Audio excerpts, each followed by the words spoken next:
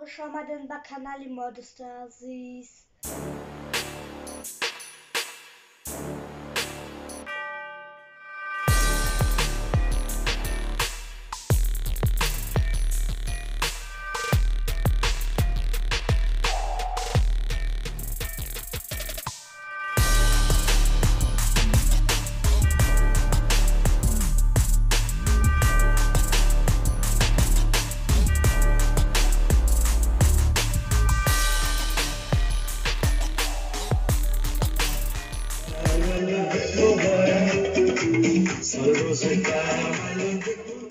سلام دوستان عزیز، امیدوارم جایتون جور و صحتمند باشین، رفقای خداوند باشین دوستان. لباس عافیت به تن داشته باشین. قسمی گفته بودم دوستان، امروز روز شنبه از گیبوسک یوسف جان است. بخیر، ساعتم که گذشته شاید دوست داشتم بیا بخیر تشریف بیاورد دوستان روی ما باشین. ببینین یوسف جان چگونه گیبوسک داره و کیا با گیبوسک یوسف جان تشریف میبردن. روی ما باشین دوستان، بذار تعقیب کنین تا آخر ببینین چگونه گیبوسک است.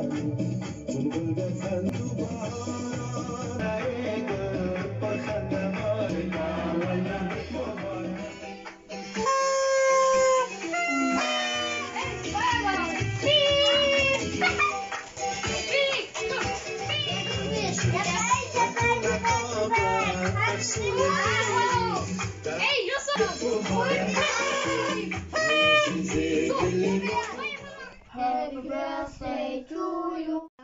Ja, weiß ich. آفرین آفرین.